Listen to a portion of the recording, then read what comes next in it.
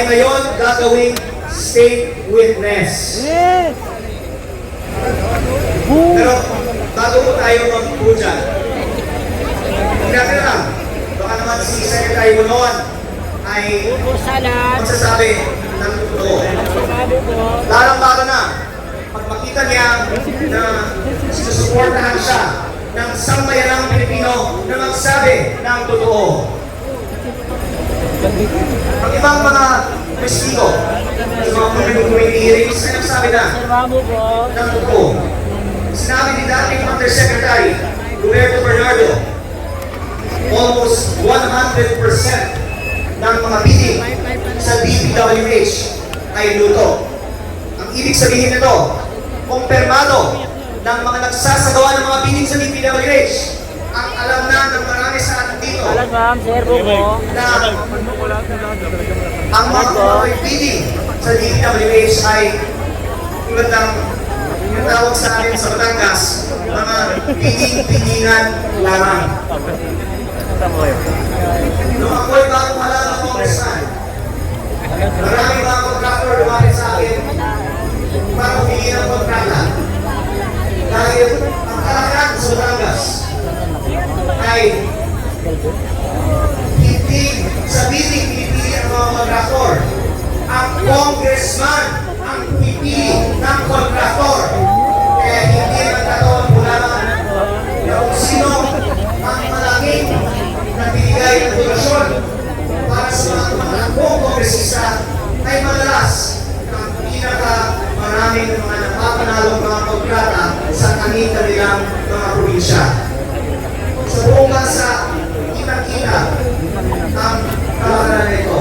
Ngunit nakakalungkot ang hypocrisy ng ibang mga nakupo ngayon na nag-aanunsyo na dapat kasuhan ang ilan habang sila naman mismo ayon sa mga testimonya ng iba ay nakatanggap ng mga malay-maletang pera. Kaya para patunayan na ang mga kongresista at senador ay para sa transparency at para sa lahat ng mga katakbo sa mga susunod ng eleksyon ay para sa transparency. Sana mapuwid na ang lahat ng mga politiko sa ating bansa.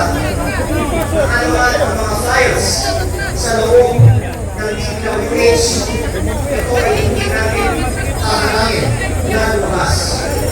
Sana kung hindi man lang mangyari ngayon, eventually, at no later than 2028, ang listahan ng lahat ng mga nagpasok ng mga proyekto at nakatanggap ng mga konsiderasyon na palit ng mga budgetary insertions na ito ay may sa publiko para sa kaalaman ng lahat ng mga narito at ang ating mga kababayan sa ating mga probinsya.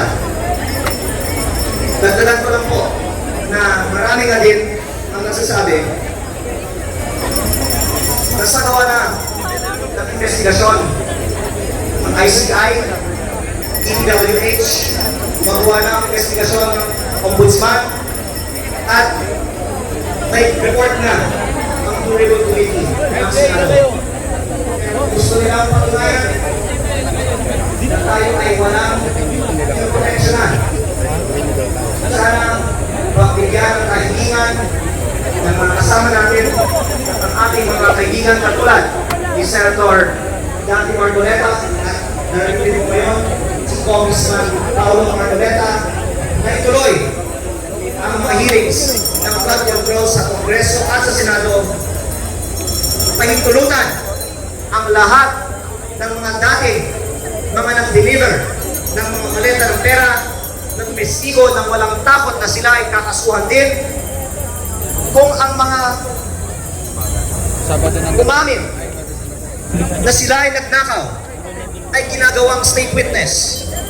Bakit hindi yung mga walang aligasyon na nagnakaw ay hindi gawing state witness o at the very least bigyan ng proteksyon ng Kongreso at ng Senado sa halip na sila ay kinakasuhan. Kaya ako po ay nagpapahalaga lang ng sa aking palagay, mga argumento na hindi nila madi-deny. Sino naman ang kongresista na haharap sa ating mga probinsya sa susunod na eleksyon na pwedeng magpaliwanag na hindi dapat lumakas ng katotohanan? Sino man ang magsasabi na sila ay para sa good governance, sana sila ay sisingin natin sa 2028 at tatuloy natin sila noong June 30, 2026.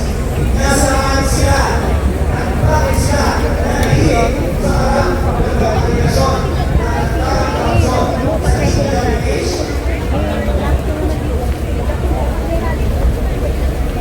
Lalo pinalulog ko sa nakaraang bukas na ang 2027 Yun nga lang, oh. Appropriations Act ay nakalagay na sa halagang 7.2 billion pesos. Pagkuha